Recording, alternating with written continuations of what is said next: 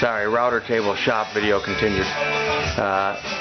So the Adirondack chair I've been working on, and then the sister chair is kind of a work in progress too. Kind of took the first one apart and built some templates, and I'm working on that one, and eventually I'll build ottomans for them, and I think it'll be a nice set. At any rate, I was going to talk about the router table. And so it's kind of tight quarters, but I've set this shop vac hose up so it comes right into the back of the fence here, and it can be easily pulled and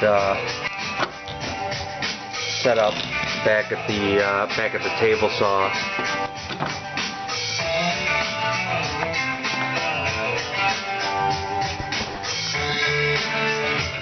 And this router fence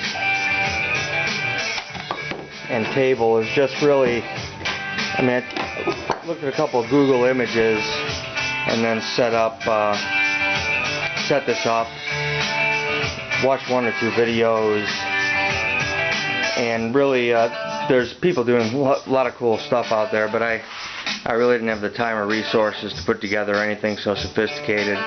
And so what I did was I basically just cut a 10 by 10 square out of this, what's 3/4 plywood on top of the outfeed table, and mounted the router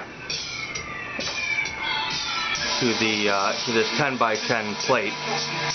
And so a lot of times they'll have a nice level plate with leveling screws to get things just perfect. But for my purposes, this works really nice.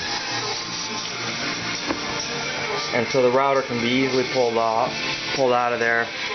It can be raised and lowered, and the on switch is, accessible.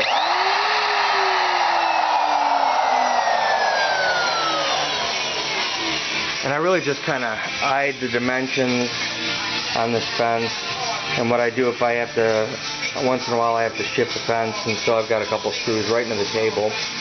Eventually I'm going to set up some wing nuts and have an adjustable deal here. But for now it works really nice.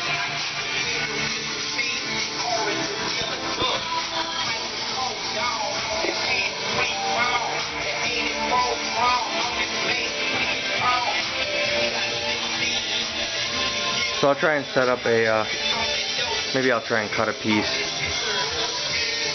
just to show how it works. I just got a small, like a chamfer bit in there or something.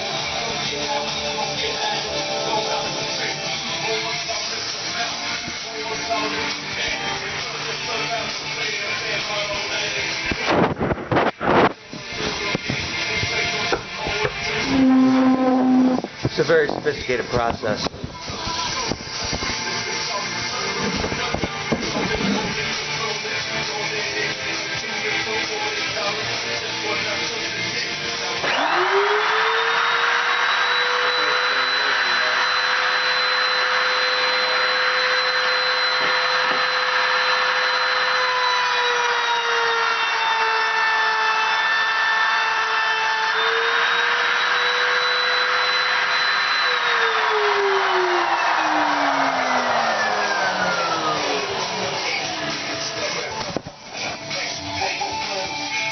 And so basically, it's so much nicer than doing the router freehand. And once you sand that down, I don't know if you can really tell the contour, but once you polish it a little, it's really a nice deal, because this piece of wood I think came out of our upstairs. We tore apart, gutted, and saved all the wood. I mean, it's probably got lead paint in it, and I'm probably suffering the cognitive effects right now, but at any rate, it's a hell of a lot cheaper to use this scrap wood, and you can do anything with it. I mean, I was showing the crown molding earlier, which you can basically like stack this and then put another piece and then a little piece of cove or whatever.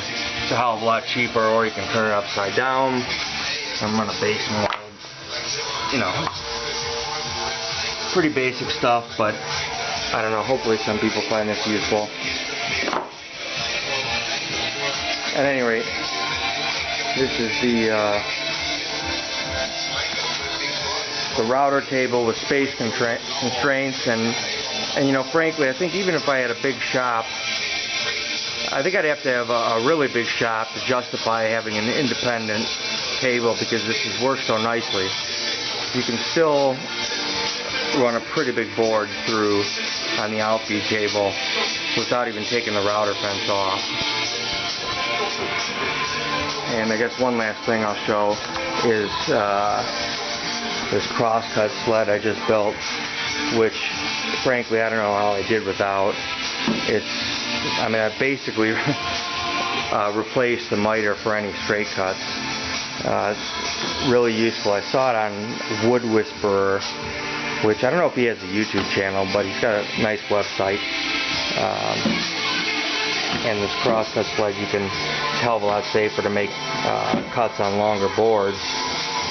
And you can set up blocks if you have to cut a bunch of pieces and set them to whatever, you know, whatever distance you want. And then you just,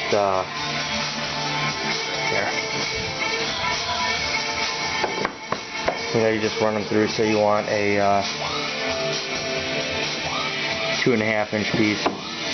You know, you butt it up against the block, run it through the saw, get rid of the piece, butt it up again, and so on. And so I find it really, really helpful.